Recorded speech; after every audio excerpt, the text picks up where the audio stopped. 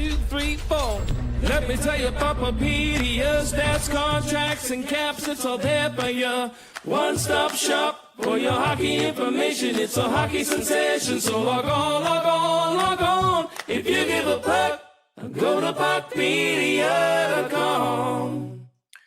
Welcome to PuckPedia Cap Central. It is Thursday, May 14th. I'm your host, Keith Kavanaugh, alongside Hart Levine. Hart, how are we doing today? Doing well. Wow, your head's like coming out of the screen there. Look, you're so excited. You're popping out of our screens here. I'm too excited. We're back on Cap Central, where playoffs are in full effect. We had a great game from the Colorado Avalanche, Minnesota Wild last night, where the Avs came down from 3-0, tied the game late in the third period. Nathan MacKinnon scoring from an impossible angle, and then Brett Kulak with the overtime winner. Minnesota goes down 4-1. We already have the Carolina Hurricanes advanced to the Eastern Conference Final. They'll play the winner of Buffalo Montreal, who plays tonight. That series is tied 2-2. And then we have Vegas and Anaheim in the Western Conference waiting for the Colorado Avalanche. That series is 3-2. Anaheim is down, and it's in Anaheim tonight. What has caught your eye so far in the playoffs, Art? Just how dominant Colorado and Carolina are. Like, it just feels like we're just kind of waiting around for the inevitable clash between Carolina and Colorado. Now, I guess we should never underestimate Carolina's ability to all of a sudden lose and not make it to the, make it out of the East, make it to the Cup final. But so far, it's like, no matter who these teams come across, they're like in a different league. And these other series are kind of like nice and fun and compelling games, but they just don't seem at the same level as those two teams.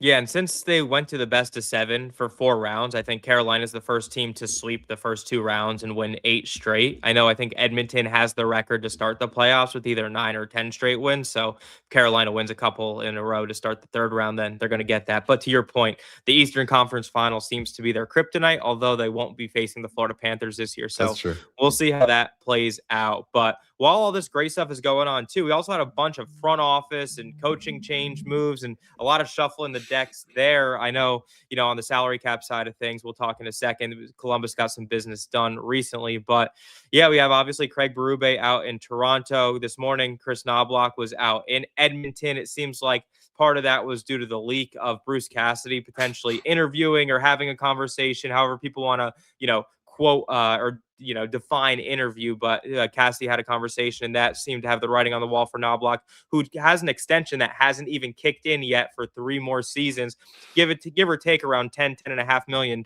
So a lot of money for Edmonton to just throw away. And then we also have the whole Vancouver Canucks situation, where it seemed like they had a GM who was going to come over from Boston on Saturday, let's call it. And then by Sunday, that news seemed to switch totally. And it looks like Ryan Johnson is now going to be the GM with the Sedins as co-presidents of hockey operations, which will be interesting to see how that plays out. Nashville, no one can get a read on that position. A couple days ago, it seemed like Darren Gork was the front runner for that role at GM, and now people are not so sure. Our guy, one of our guys, Hart, thinks the guy from Montreal might be. I think Sedgwick might be a top contender for that Nashville position, but I think Nick Saban is also very involved in that process, which is. Oh, I thought you were going to say he's a contender for the GM position. I mean, that would be pretty wild, but it seems like he's pretty involved in that interview process, and it seems like if Barry Trotz and David Poyle were kind of running the show there, that they already would have had to hire probably someone they were comfortable with, but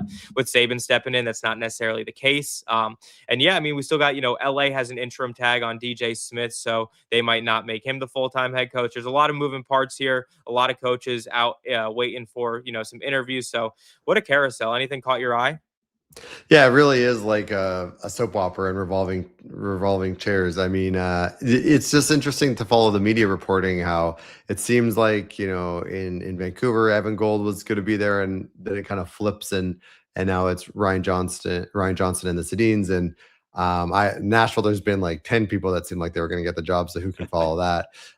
Yeah. And I mean, even in Toronto, for a while, all the media reports were around Gillis, and then it kind of flipped and it's Chaikas and Dean. So yeah, I guess it's interesting to follow how it switches. And you wonder, is that just like, did the people in charge like kind of have one preference and then change their mind? Or is it just the reporting didn't really match up with what was really going on with the decision makers? I mean, these are big decisions, and it's not like unreasonable to think that the decision makers don't have their mind made up right away. And maybe they were leaning one way, but when they made their final decision, they changed their mind or went with a different direction. But Yeah, it's just interesting to see that kind of disconnect, I guess, from like who it sounds like is the kind of leading contender and then who ends up ultimately getting the job by the end.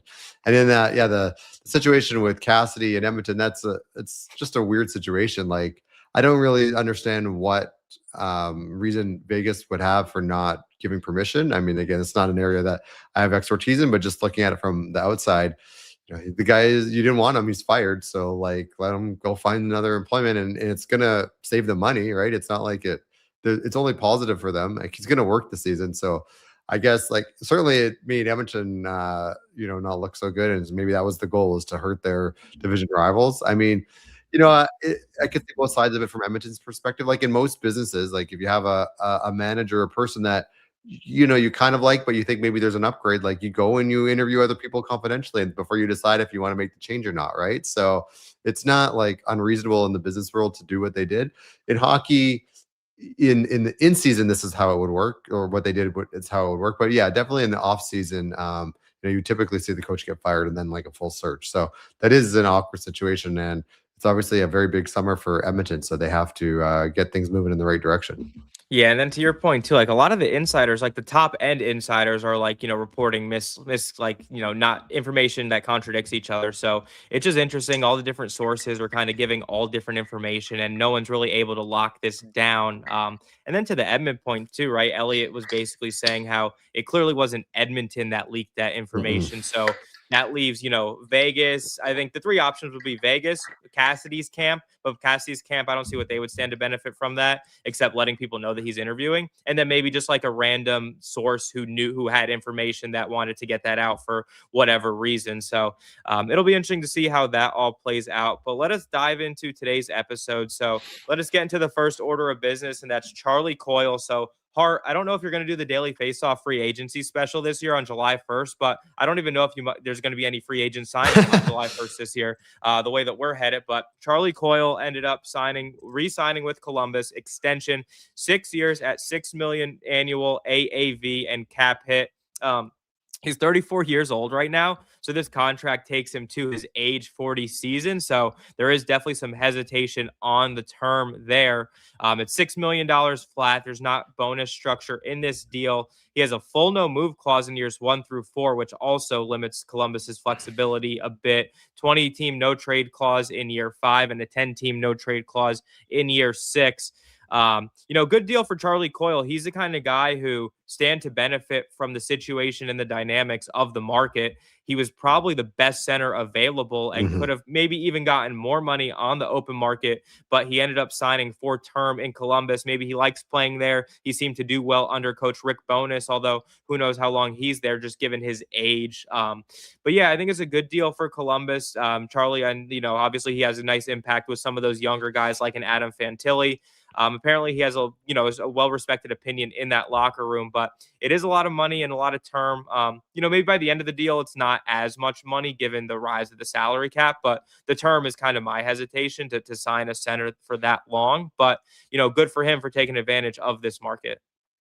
Yeah, I mean, I think if you look at the market and some past contracts, like the $6 million seemed about right. Like you look at a Wenberg sign for that, like around there, right? Like that. There's a bunch of comps that would show he should probably be in the around 6. It's the term that was surprising. You don't see players at 34 sign 6-year deals, and if they do, it usually means a reduced cap hit, right? So if you just looked at it like the comps on paper, like I think it's probably like a 3 or 4 year deal, like around 6. And then you'd think, okay, well, if you're going to add those extra years, that should drive it down. That's on paper. I think in reality, you look to your point, you look at the free agent market and it's pretty barren, especially for centers. I mean, I'm looking now at the remaining guys, like true centers. You've got a Malkin, and he's also, sometimes plays wing. There's a Giroux, also kind of more of a winger now, right? But even look at some of those older guys, Hart. Like Malkin's played his whole career with the Penguins. He's probably not going to another team. Giroux went back to his hometown team. Like he's not going to leave Ottawa. Anders Lee, I guess, right? And then you're talking about like Hall, Boone Jenner, who's actually more of a winger now, right? So there really isn't any kind of forwards or centers, I guess, that are even close to their prime that are in the free agent market. So Yeah, that you have to pay for that, right? It is supply and demand. Just like, if it's only like 3-bedroom house in the whole neighborhood, like it's gonna go up. The price is gonna go up. So I could see why Columbus kind of talked their way into that. You look to, like, they've got Werenski in a couple up in 2 years. Like, they've got to go for it now, both to maximize his current contract, and also, obviously, just like before his last contract, you got to make a compelling case for him to stay in a place where, quite frankly, that team hasn't won a thing in their whole history, right? So why is he going to stay? And so you need to surround him with good players. And ultimately for Coyle, like, he basically had tied his career best year this season. So picked a really, really good time to, at age 34, like, have basically a career year as a free agent. So, a lot of it is timing. He picked a time to have, his platform season was really good, and his UFA year is when there's a pretty barren market. So it all added up. And I think, will this contract age well? Probably not the last couple of years, but again, maybe that doesn't matter. And in 6 years, when the cap is like 50 million higher, 75 million higher, I'm sure a lot of teams will have players that are a few million overpaid. Yep, and they have the flexibility in the last couple of years to move him 20-team no trade, 10-team no trade. And to your point too, which I think is interesting, like, this move signals Columbus being in a win now kind of mood, and especially with that Werenski deal being viewed as somewhat of a discount at this point. It's under $10 million for this season and next season, next season and the following season. So he's obviously their best player. They have to build around him. Charlie Coyle this year, right? He had 58 points in 82 games. 0.71 points per game, only 14 penalty minutes, so stays out of the box, plays on the power play, plays on the penalty kill, so he plays in all situations. He's really just a do-it-all center. And I think something to add, like, that's worth remembering for a guy like, or for a team like Columbus, is, they maybe they overpaid, you could say, but like, you have to get someone to take your money, right? Like, you look at, Seattle was trying to get Panarin and offered a huge deal. He didn't take the money, right? Yep. So at some point, like, you want to be good, you want to add players, like, you have to overpay, but you also have to get people that will accept that contract. So they have lots of cap space, and I don't think that they're ever going to be a cap team, and that's a combination of, I don't think they've never demonstrated that they want to spend that way, but quite frankly, it hasn't been a destination, and probably that's not anything against the city. It's just the history of, like, no winning whatsoever. They haven't had a history of free agents flocking there. We're going to take all their offers, right? So, so in a vacuum, does it seem like a bit? Yes, but when you take the context of the city and like the team and the history, and like, what else are they going to spend their money on? Who from this free agent list could they have given money to instead? Or who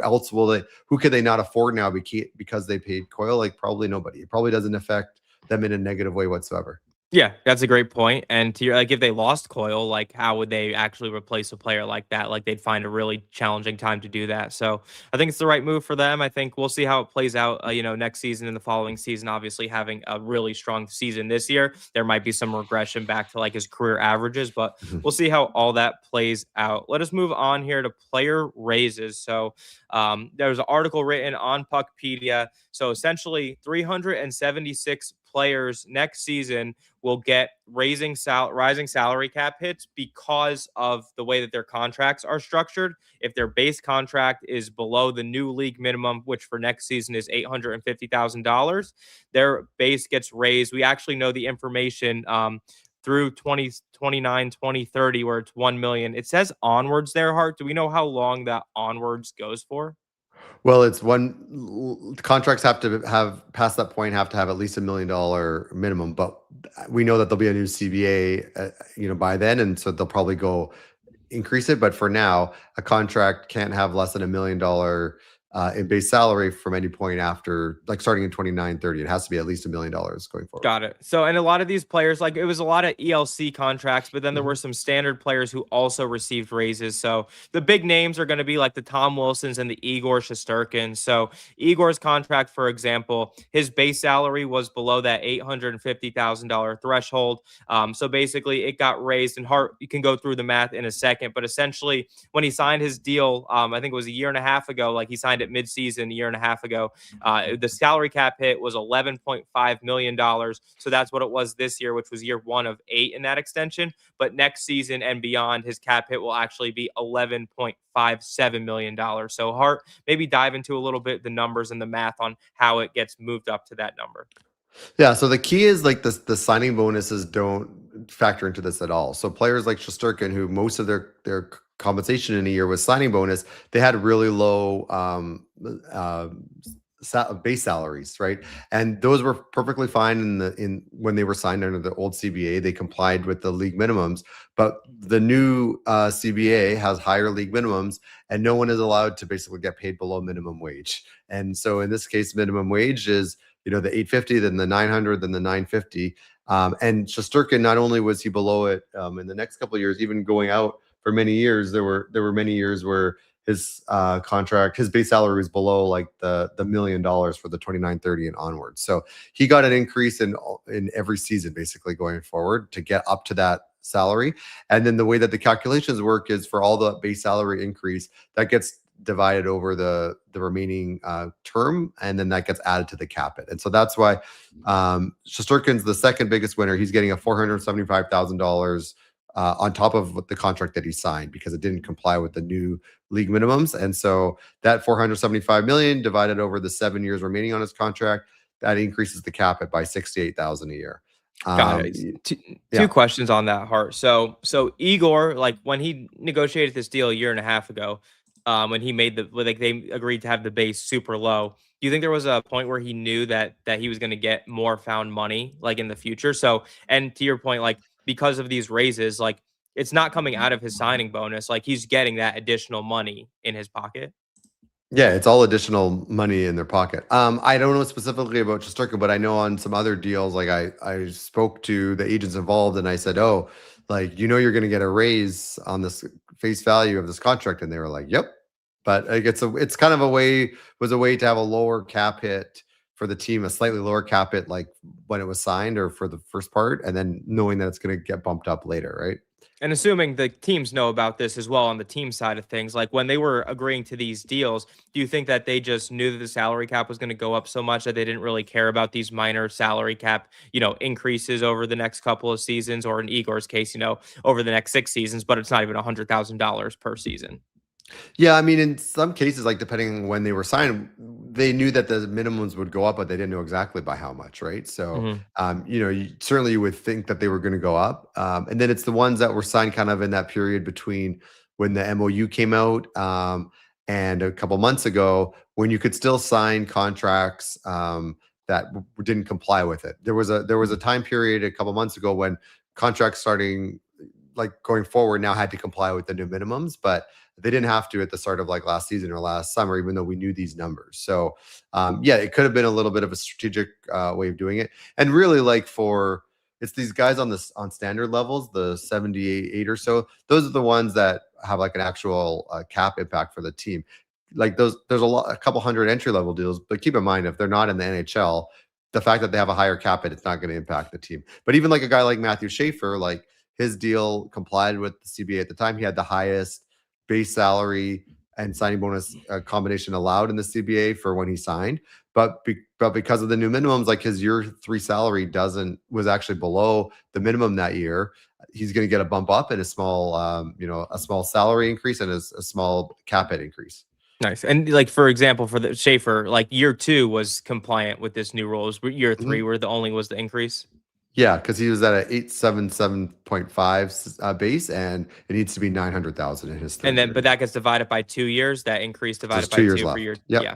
Perfect. Yeah. So good to know all this math. Like I always like to say about the salary cap, the 80% of it, very easy to understand. You got the cap hits, the AAV, the term, I get that. But then you get this 20% where, actually we raised the minimum base, and now everyone else who has a minimum base, like that all gets raised in their future deals, and they're getting more found money. And then you got to take the amount of years remaining on the salary cap hit, divide it by the raise, and then they actually get a different cap hit than what they agreed to. Yeah. So that's that 20% where I beat that drum. Like that's tough. Yeah, and a couple of the bigger name guys too, where you'll see their cap hit change. Like even a Nathan MacKinnon, he's getting his cap hit's going up by $4,000 because he had a season where he didn't comply, and so now it's got to go up, right? And so yeah, he's gonna, instead of that nice 12 That's so annoying, actually. That's million actually dollar so cap that he had, annoying. now he has a 12.604. Yeah. That's just like, yeah, because the rounding error too. Like if I'm talking, 12.6, like 12.604, like ugh, gross. Just some like Carolina has quite a few guys actually. So Sean Walker's going from 3.6 to 3.625, Martinuk 3.05 to 3.125, Chatfield 3 million to 3.075. So you could see Carolina like, clearly they're like they have the most like high cap hit standard level contracts. They clearly saw that this is like a way to have a lower cap it for a few years, and knowing that it's coming up, they're dominating this list here. I mean, and Carolina too, William right? Carrier. Sorry, who else? No, I was just gonna say with Carolina, like you look at just their contracts in general, like I don't think they have a bad contract on the books, and they're a team that has a bunch of space, so I don't think they're gonna cry for an extra couple $100,000. So exactly. Well, so there's 11 guys that have a cap hit of $1 million or more that are impacted, and 1, 2, 3, 4, 5 of those guys are with Carolina. Right. So 5 of the 11 like kind of significant contracts that it's Carolina. Then you got, like I said, MacKinnon, Shesterkin, Wilson, Evan Rodriguez, and Kulikov. So 2 Florida guys as well. Yeah, a couple teams that are viewed as salary cap magicians, if you will. So makes sense for those teams to navigate those waters. But let us dive into the last topic here, and that's just this quick one on Konsta Helenius. So he's on his ELC right now, and basically he wasn't playing in the playoffs really, and then Buffalo decided to dress him last game in Game 4. So he hit that 10-game threshold that everyone talks about. So he's actually going to be burning a year of his entry-level contract, and it cannot slide to next season. A couple things here I want to talk about, Hart. I've seen the argument kind of for both sides. Like, I think general knowledge and understanding is that, you want to slide it as long as possible so that you can extend them for as long as you can, so that their entry level is like gets pushed on and you have extra years of team control, extra years till they hit the unrestricted free agency market. But then on the flip side, if you get a guy who hasn't really played that much and you get him to RFA early, you can maybe get them on a value deal because they don't have as many, counting stats to really, benchmark against. So what are your thoughts just on this deal, on the timing of them, making the 10th? Let's say they lost that game, they'd be down 3-1, and maybe they scratch them, and that's the end of it. So what are your thoughts on like how Buffalo strategically did this? Do you think it's a good move for the team, or do you think it's better for the player? I think it's better for the player. I think it's always, I know that there's the argument sometimes now counter, but I always think it's better for the player to get out of your ELC and be able to negotiate freely like what you're worth. And whether you're a star and it's a lot more money, or if you're barely cracking the NHL roster, you can get yourself a much better minor league salary, right? Because don't keep in mind on your entry level deal, the minor league salary is limited to under $100,000, right? So I always think a player wants to get through their entry level deal as quick as possible. The team, I guess there's a few exceptions, but for the most part, I think the team wants to keep them on their entry level deal as long as possible. So that's why this was interesting. To your point, he had 9 regular season games. Playoff games do count towards the slide eligibility, which I didn't 100% know that originally. So like I thought when that happened, I was like, oh, that actually counts towards the slide. Yeah, it does. So now, so if he hadn't played that one, and it's not like he was, cracked the roster at the end of the year and has been playing every game in the playoffs, right? It's they're in the middle of the second round and then decide to stick him in. Yeah. So it's kind of a big decision there. And so that now burns up that first year of his contract. And so now he only has 2 years remaining, as opposed to if he had not played that game, he would still have 3 years remaining at, a cap hit under $1 million. So it's obviously you don't do that unless you really think the player is going to help you. And I guess we'll see what he does. And then a question off of that too, like based on how this first year went and the amount of games he'll play, like at most maybe 15 games, let's say if they make it to another round here, will he kind of be one of those 10-2C offer sheet ineligible players, or is that kind of still up in the air? Like what's the math and like the CBA language on that? That's a good question. No, he'll get now enough games, so he'll be an RFA at the end of it. He won't be a 10-2C. Okay, so he will be offer sheet eligible probably. Yeah. Or definitely. Yeah. Okay, good to know. And the Grind Line podcast, they said, hey friends, so how we doing? Grind Line Hello. podcast. We love that. But cool, that is all the time we have for you guys today. Great NHL action going on right now. Great just salary cap, information happening still, even though we're kind of in, I would say, like, quote unquote, the off season for salary cap stuff. There's still a lot going on. We have the NHL draft coming up in a little over a month's time. I know Hart Levine will be there in person with the PuckPedia team. We just had on Shane Malloy from Pro Hockey Group.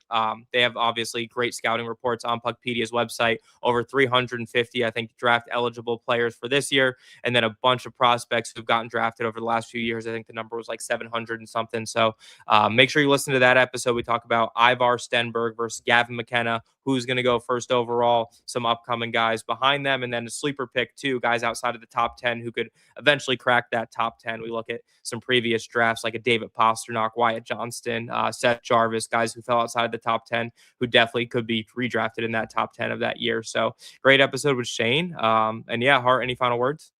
Yeah, well, some breaking news on that. We'll be releasing today a video vault to go along with the scouting reports. So the Pro Hockey Group has video clips associated with each player, with most players on there that kind of make a point about some skills or demonstrating something about the players. So another reason to subscribe to our scouting reports from the Pro Hockey Group on PuckPedia. Now there'll be video clips to go along with it. And then, yeah, make sure you go on PuckGM and you could simulate your draft. So you can make all the picks yourself, or you can make some picks and then simulate the rest of the picks. There's NHL teams that use that tool to kind of practice for the upcoming draft. So, for all your fans out there or people that follow the draft, it's a good tool to use for that. Love that, especially the fact that teams are using the PuckGM. So if you want to be like your favorite NHL team, hop on PuckGM. It's right on the main page of PuckPedias.com. Click on PuckGM and get in there. Share your draft, your mock drafts on Twitter. Get the conversation going. You can even share it on PuckPedia. People can comment, say great job, or make fun of you for making some terrible picks. So it's all fun and games, but that's what we like to do here at PuckPedia. So thank you for taking the time. Make sure you subscribe to the YouTube page, get all the updated interviews, and we'll be here again next Thursday. So everyone have a good night. Thanks. PuckPedia.com